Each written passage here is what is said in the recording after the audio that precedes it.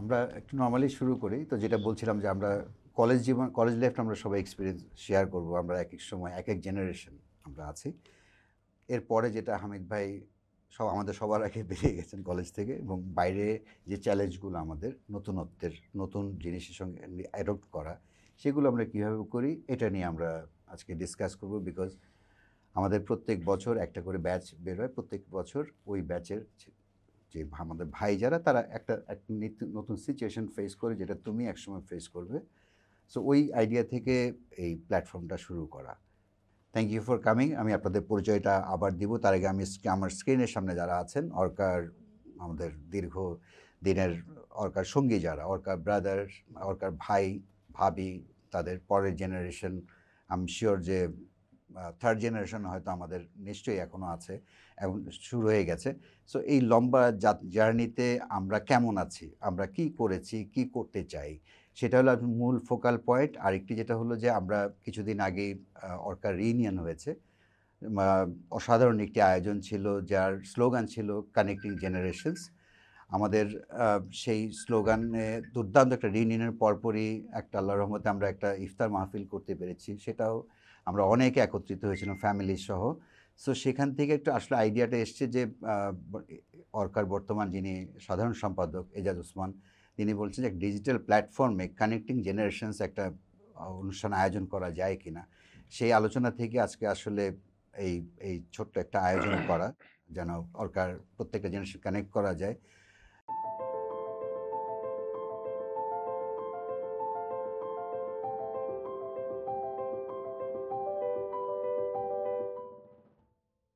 So একটা unique একটা set up Ejaz Osman তৈরি করে দিয়েছেন। আমি যদি একদম প্রথমে আমার ডান পাশে যিনি বসেছেন, ক্যাডেট হামজা, ক্যাডেট হামজা, তার ক্যাডেট নম্বরটা আমি এক্স্যাক্টলি যদি ভুল না করে থাকি, please correct me, 3820 3120 3120, thank you.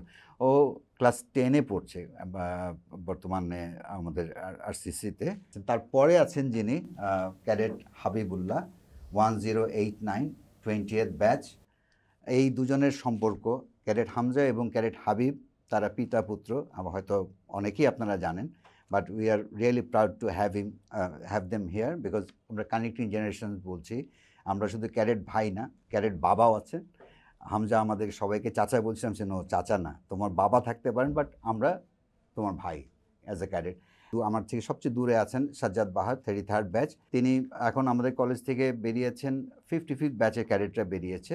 First two 55 ঠিক মাঝখানে এরকম 32 33 ব্যাচের আমরা মেলবন্ধন হিসেবে সাজ্জাদ বাহারকে এখানে এনেছি। এবং আমাদের গেস্ট অফ অনার, আমার মনে হয় যে তাকে পরিচয় করে দেওয়ার কিছু নেই, one and only Abdul Hamid ভাই। হামিদ ভাই, আপনি ফার্স্ট ব্যাচের ফার্স্ট ক্যাডেট, মানে আমরা যখন আপনাকে সচক্ষেও দেখিনি, কিন্তু আমরা ইমাজিন করতে পারি যে উই হ্যাভ ওয়ান হামিদ ভাই, যেটা হামজাও বলতে পারলো। মানে এটা একটা ইউনিক একটা এন্টিটি। সো আপনি কিছুদিন আগে রিইউনিয়ন করে এসছেন, শুধু এইবার না, সব রিইউনিয়নই আপনাকে অনেক দূর থেকে, আপনি আমেরিকা থেকে চলে আসেন। ক্যাডেট কলেজের এত বড় ফ্রেটার্নিটি, যেখানে 3000 প্লাস ক্যাডেট, নাম কত, 3 to 8, মানে এত বড় একটা কমিউনিটি, আপনি শুধু আমাদের বড় ভাই না, ফাদার ফিগারও। সো এই জায়গা থেকে রেসপন্সিবিলিটি কথা বলুন, ইমোশনালি আপনি কতটা ইনভলভ অর্কার সঙ্গে? আমি মনে করি যে Orca is my child. It's not that Orca wasn't, Bangla বলা ঠিক মনে হয় এটা না যে আমার আগে অর্কা ছিল না, কিন্তু আমার সময় 1980 সাল থেকে অর্কা টুক অফ, এবং এটার জন্য অনেক সময় আমাকে দিতে হয়েছে। এবং এই সময় দেওয়ার কারণে আমি মনে করি যে অর্কা আমার সন্তানের মতো। এবং এটা বলতে গেলে পুরো পিরিয়ড শেষ হয়ে যাবে, সময় শেষ হয়ে যাবে। তো সেই জন্য 1985 সালে 86 সালে আমেরিকা যাওয়ার পর থেকেও আমি অর্কার সাথে জড়িত। এবং তারপর 2005 থেকে 2020 পর্যন্ত আমি প্রত্যেক বছর আমি কলেজে গিয়েছি ক্যাডেটদের সাথে কথা বলার জন্য, লেকচার। 2005 থেকে 2010 বছরে একবার, 2010 থেকে 2020 বছরে 2বার করে আমি গিয়েছি। এই গত বছর একবার গিয়েছি, এই বছর একবার গিয়েছি, রিইউনিয়নের আগে গিয়েছি আমি। তো that tells you about my attachment for RCC. Hamid ভাই, আরেকটা আমার কৌতূহল, যে আমরা তো এখন জানি ক্যাডেট কলেজ কি, কেন। ইভেন আমি যদি আমার সময়ে ফিরে যাই, আমাদের সময় ক্যাডেট কলেজ নিয়ে এত চর্চা ছিল না, because there very few number of cadet colleges. এখন যেটা হয়, কিন্তু আপনার সময় আমি যদি ব্যাক ইন 1964-এ আরসিসি ভিত্তি প্রচুর স্থাপন হলো, তখন অবশ্য নাম ছিল আইয়ুব ক্যাডেট কলেজ। 66-এ আপনারা ভর্তি হলেন, মানে কী কারণে, what you attracted cadet college? আমরা তো এখন এরা জানে যে কী কারণে ক্যাডেট কলেজে পড়তে হবে, ওর বাবা ক্যাডেট কলেজে পড়েছে, so he knows very well যে ক্যাডেট কলেজে পড়লে কী হয়। হোয়াট ইন্সপায়ার্ড ইউ, বা কীভাবে আপনি ক্যাডেট কলেজে আপনার এন্ট্রিটা হলো, যদি একটু বলতেন। ক্যাডেট কলেজে এন্ট্রিটা আমার হলো কীভাবে হলো, আমার আব্বা ঢাকার থেকে ট্রান্সফার হয়ে গেলেন রাজশাহীতে। উনি বাবদায় চাকরি করতেন, যেটা এখন পানি উন্নয়ন বোর্ড। তো আমি পড়তাম শাইন স্কুলে, ইংলিশ মিডিয়াম, বাংলা জানতামই না বলতে গেলে, অ আ ক খ ছাড়া। তো এখন ওখানে রাজশাহীতে ইংলিশ মিডিয়াম ছিল না, আমার ভাইয়ের কাছে, এক ফুফাতো ভাইয়ের কাছে রেখে গেলেন। 6 মাস আমি শাইন স্কুলে গেলাম, দূর, মানে বেশ দূরে থাকতেন উনি, আমরা থাকতাম একটু কাছাকাছি শাইন স্কুলের। তো তারপরে আব্বা দেখলেন যে ক্যাডেট কলেজ স্থাপন হয়েছে, ইংলিশ মিডিয়াম, এবং ফর্চুনেটলি ওই সময় ক্লাস 9 থেকে এবং 8 থেকে এবং 7 থেকে শুরু হয়, যার ফলে আমি 9-এ ভর্তি হতে পারি। এটাই আমার। এবং ওখানে যখন প্রথমে ঢুকলাম তখন আমি বুঝলাম যে এখানে এসেছি। তার আগে আমার কোনো হুঁশই ছিল না যে ক্যাডেট কলেজ কি, কেন পরীক্ষা দিচ্ছি, অ্যাডমিশন টেস্ট, ইন্টারভিউ কেন নিচ্ছি, ওখানে কলেজে গিয়ে বুঝলাম। একই প্রশ্ন আমার ক্যাডেট হামজার কাছে। ইন্সপিরেশন তো ঘরেই ছিল, বাবা, বড় ভাই। এটাই কি একমাত্র কারণ, নাকি নিজস্ব কোনো চিন্তা ছিল, নাকি তারা ফোর্স করে ইনটু ক্যাডেট কলেজ? আমার বাবা, বড় ভাই দুজনই ক্যাডেট ছিলেন। তো এটা একটা বিষয়। আর একটা বিষয় হচ্ছে আমার ছোটোবেলা থেকেই মিলিটারি সাইডটা অনেক পছন্দ। মিলিটারি যেই ব্যবস্থা, এই জিনিসটা আমার ভালো লাগে। সো এই কারণে মূলত আমার ক্যাডেট কলেজে আসা। যেহেতু ক্যাডেট কলেজ থেকে আইএসএসবি বা আর্মিতে জয়েন করা, এটা বিষয়টা অনেক সহজ, এটাই মূলত। আর এমনিতে আমার বড় ভাই ছোটোবেলায় একটা বলেছিল যে তুমি ক্যাডেট কলেজে চান্স পাবা না। So that is the instigation, right? So I tried my best and alhamdulillah I'm here today. So তোমার বড় ভাই তো কলেজ থেকে কেবল বেরোলেন, মানে তুমি চান্স পাওয়ার পরে হোয়াট ওয়াজ হিজ রিয়াকশন, বা তোমার দুজনের মধ্যে কি কথা হয়েছিল তুমি চান্স পাওয়ার পরে? He welcomed me to the college. ওকে। হাবিব, তোমার কাছে আসবো, তার আগে বাহারের কাছে জানতে চাই যে এখানে ডিফারেন্ট জেনারেশন, হাবিব আছে, হামজা, হামিদ ভাই। সো আমি তোমার স্টার্টিংটা জানতে চাই না, বিকজ আমি জানি যে 33rd ব্যাচ কী কারণে, বিকজ ইন দ্যাট ডিউরিং ওই সময়টা ক্যাডেট কলেজ একটা ফেনোমেনন হয়ে গেছে সর্বক্ষেত্রে। সো তোমার যদি মনে হয় যে তোমার নিজের কোনো একটা এক্সপিরিয়েন্স শেয়ার করা, যেটা তোমাকে আজকের তোমার জায়গায় যেতে হেল্প করেছে, যদি একটু এনলাইট করো আমাদের, যে এই ক্যাডেট কলেজের এই জায়গাটা তোমাকে সবচেয়ে বেশি হেল্প করেছে টু রিচ ইউ। তুমি আজকে হলি ফ্যামিলির ডক্টর প্লাস টিচারও বোধ হয়, আমি যতদূর জানি। থ্যাংক ইউ ভাই। আসসালামু আলাইকুম। আমি যেই জিনিসটা সবসময়ই দেখেছি, বা আমার কাছে যেটা মনে হয়েছে আমার জায়গা থেকে, ক্যাডেট কলেজে আমাদের সময় তো 500 স্টুডেন্ট সব ক্যাডেট কলেজে নিত, এবং আমি ভেরি মাচ শিওর যে মেধা নিয়ে এখানে কোনো কথা নাই, কারণ সারা দেশ থেকে ক্রিমগুলোই তুলে নেওয়া হতো। সমস্ত জেলার স্কুলের first boy, second boy, third বয় এরাই চান্স পেত। কিন্তু আমি যেটা বুঝেছি, হয়তো ক্যাডেট কলেজে না পড়লে বাইরে পড়লেও তারা হয়তো তাদের জীবনে শাইন করতো, কিন্তু ক্যাডেট কলেজ এই সার্টিফিকেট, এডুকেশন সার্টিফিকেটের বাইরে আমাকে যা দিয়েছে, তার জন্যই আজকে আমি এইখানে। কি যে এক্সট্রা কারিকুলার অ্যাক্টিভিটিস, যে মেন্টাল স্ট্রেংথ, একা একা একটা ফাইট করে বড় হওয়ার যে একটা ব্যাপার, কোথাও আমি পরাজিত হতে গেলে আমাকে ভেঙে পড়া যাবে না, এই মেন্টাল স্ট্রেংথ, এবং এই ধরনের যে ব্যাপারগুলো হয়তো অন্য ইনস্টিটিউটে কেউ পড়লে পাবে না এরকম তা না, বাট এত অর্গানাইজড আমার মনে হয় না আর কোথাও আছে। সেটা খেলাধুলা হোক, কালচারাল হোক, আমার মেন্টাল স্ট্রেংথ হোক, এবং আমার যুদ্ধ জয় করার মনে যে একটা স্পৃহা হোক, এই ধরনের যে ব্যাপার, আমি আমার এই পুরো লাইফে আমি সার্টিফিকেট যদি ছেড়ে দেই, তাহলে আমার জায়গায় যে আমি দাঁড়িয়ে আছি তা শুধুমাত্র ক্যাডেট কলেজের আদার্স যে শিক্ষাগুলো আমাকে শিখিয়েছে, সেটাই আমাকে আজকে এই পর্যায়ে নিয়ে এসছে বলে আমি মনে করি। এবং এইটা বাইরে পাওয়াটা আমার মনে একটু কঠিন। এবং আরেকটা জায়গা থেকে আমি এখন বুঝি, তখন আসলে বুঝতাম না, যখন আমি বাবা হয়েছি তখন, যে একটা ছেলে বা মেয়ে যখন ক্যাডেট কলেজে পড়ে, তার প্যারেন্টস যে বর্তমান সিচুয়েশনে কী পরিমাণ মেন্টাল পিসে থাকেন, এবং কতটা যে নিশ্চিন্তে থাকেন এটা আমার ধারণা যারা ক্যাডেট কলেজে যায় তার প্যারেন্টসই একমাত্র বুঝতে পারে। সো আমার মনে হয় ক্যাডেট কলেজের এই ইয়াটার বিকল্প আসলে আর কোথাও নাই, এবং এই জন্যই আমি আজকে এই জায়গায়। আর একটা জিনিস আমি অ্যাড অন করতে চাই, আসলে আজকে যাদের সাথে বসে আছি, হামিদ ভাই বলুন বা ইয়া ভাই বলেন বা আপনি বলেন, যেই বলুক না কেন, বা হামজা হোক, আসলে ক্যাডেট কলেজে সবাই এমন একটা পজিশনে বা এমন একটা জায়গায় আছে বড় ভাইরা, আমি তো আসলে তাদের ভাই বলার যোগ্যতাই রাখতাম না যদি এই ক্যাডেট কলেজ আমাকে এই অপরচুনিটি না দিত এবং আমি ক্যাডেট কলেজে না পড়তাম। এটা কোনোভাবেই সম্ভব হতো না। আজকে সবার দরজা আমার জন্য খোলা, আমি যাওয়া মাত্র বড় ভাই হিসেবে আমাকে বুকে জড়ায় ধরেন, আমার যে কোনো প্রবলেমে তারা সবসময় এগিয়ে আসেন। সো এইটা ক্যাডেট কলেজ না হলে আমি এই প্ল্যাটফর্ম কোনোদিনই পেতাম না, সেটা হয়তো আমি যত ভালো ছাত্র হই বা যাই হই না কেন। তো এই জায়গা থেকে আমার মনে হয় ক্যাডেট কলেজ টোটালি ডিফারেন্ট, এবং আমি মনে করি এই জায়গাটা একটা অন্যরকম গর্বের জায়গা। আমি শিওর যে তোমার এই কলেজ থেকে যে প্রাপ্তির বিষয়গুলো, এগুলো আমাদের প্রত্যেকের সঙ্গেই মেলে, হয়তো কেউ কেউ অ্যাড অন করতে পারে। তো আমি এখন মেজর জেনারেল হাবিবের কাছে যাব, তার আগে আমি হামজার কাছে যেতে চাই। তোমাকে দেখে আমার তার ক্লাস 7-এর হাবিবের কথা মনে পড়ছে। আমি তার 2 বছরের সিনিয়র ছিলাম, right, same house. Habibullah from Gurudaspur, Baraigram. তোমার ক্যাডেট কলেজের আসার গল্পটা আমি জানতে চাই না, আমার যেটা ইন্টারেস্টের জায়গা হলো যে তুমি কলেজে গিয়ে প্রিন্সিপাল স্যারকে পেয়েছো, বিভিন্ন নুরুজ্জামান স্যারকে প্রথমে পেয়েছো, এরপরে হয়তো অন্য কাউকে পেয়ে থাকবে। তুমি যখন প্রিন্সিপাল হয়ে গেলে মানে ডিড দ্যাট হেল্প ইউ, যে তুমি একজন প্রিন্সিপালকে দেখে, আমরা হয় না যে আমরা শুধু ভালো থেকে শিখি না, কোনো ভুল থেকেও কিন্তু আমাদের শিক্ষা হয়।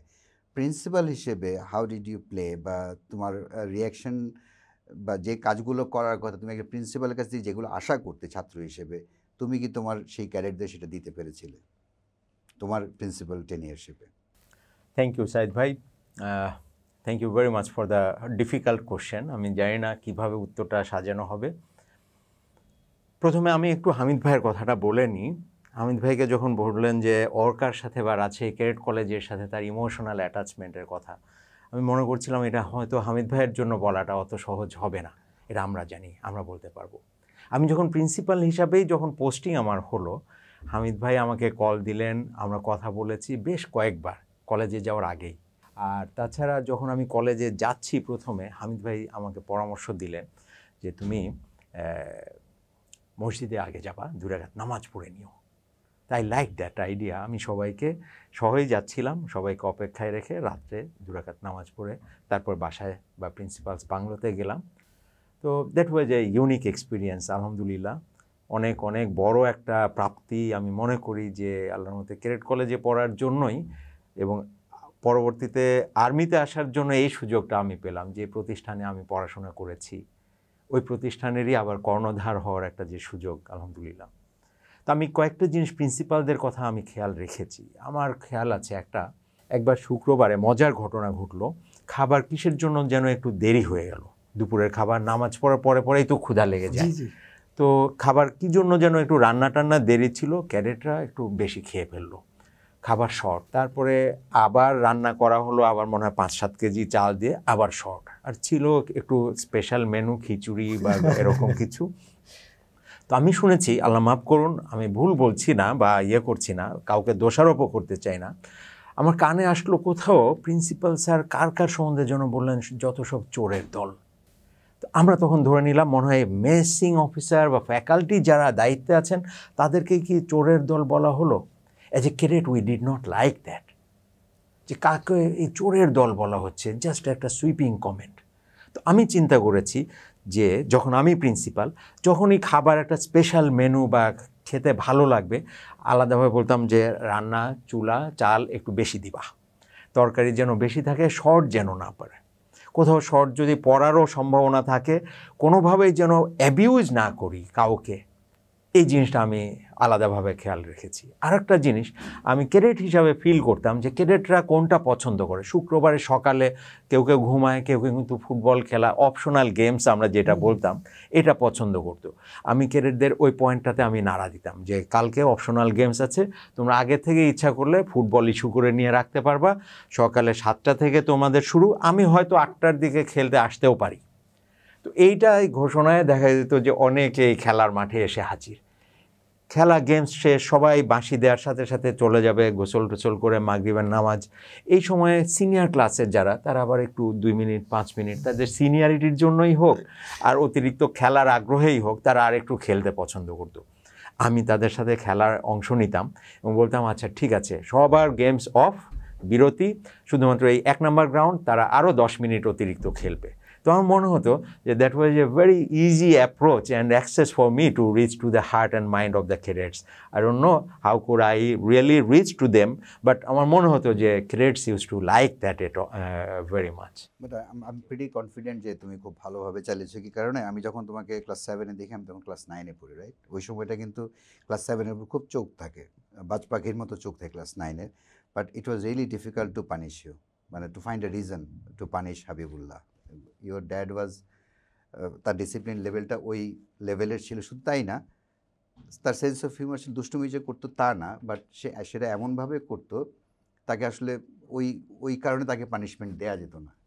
ক্যাডেট কলেজে আরেক টাইপের লোক আছে যারা কোনো কারণ ছাড়াই কিন্তু পানিশমেন্ট খেত। ওর ব্যাচেই আছে, I don't not to name his name because আমরা অন ক্যামেরা আছি।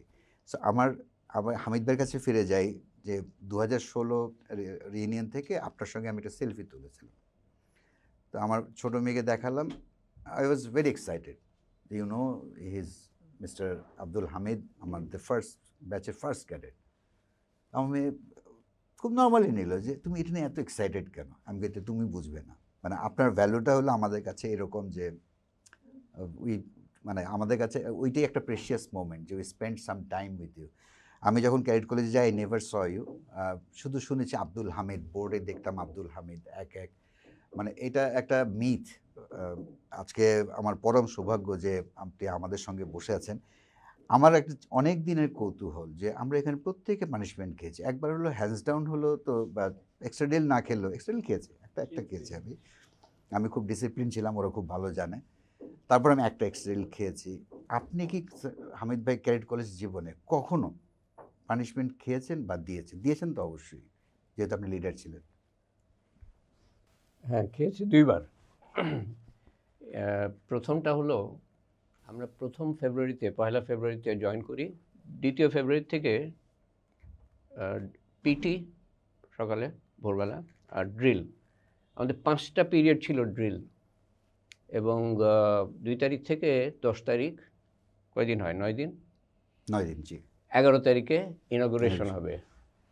ওই প্যারেডের জন্য রেডি করছে, প্যারেডের জন্য। তো বলেছিল কি না মনে নেই। আমি ভাবছি যে কোথায় এসে পড়লাম, কোনো ক্লাসরুম নাই, পড়াশোনা নাই। ড্রিল এই পিটির পরে 8টা থেকে ড্রিল শুরু হতো, 1টা পর্যন্ত, মধ্যে মিল্ক ব্রেক। তো ওই প্রথম দিন নাস্তার পরে জানি না কী করবো না করব। আমি তো উঠলাম খালেদ হাউসে, কাশিম হাউসে ঘুরে বেড়াচ্ছি ইয়েতে নাস্তার পরে, আফটার মানে পরে ইউনিফর্ম পরে ওই কমন রুমে। এরপরে কি করব বুঝতে পারছি না। আমরা কয়েকজন, তবে কেউ নাই। হঠাৎ খেয়াল করে দেখে যে কেউই নাই, নোবডি ইজ দেয়ার। গেল কোথায়? ওই সামনের মাঠ, যেটা প্রিন্সিপালের অফিসের সামনে, দেখি সবাই ওখানে। আমরা তাড়াতাড়ি গেলাম ওখানে। কী ব্যাপার এখানে সবাই? আমরা এখানে বসে আছি। তো প্রিন্সিপাল সাহেব, উইং কমান্ডার সৈয়দ, উনি আমাদের ডাক দিলেন। 10 জন মতো হবে। Where were you? কোথায় ছিল? Sir, we did not know. কেউ কিছু বলছে না, কিন্তু আমি উত্তর দিলাম, sir we did not know. উনি রেগে গেলেন। কি বললেন আমার মনে নাই। Go run. ওই বার্বড ওয়্যার ছিল, এখন তো দেয়াল। আমরা গিয়ে দৌড়ে আবার আসলাম, এসে বললাম জয়েন করতে। এইটা একটা। আর 2 দিন পরে, সম্ভবত 2 দিন পরে বা 3 দিন পরে পিটিতে যাব।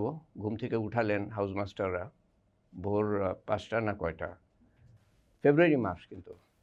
এটা হলো 3রা ফেব্রুয়ারি বা 4ঠা ফেব্রুয়ারি।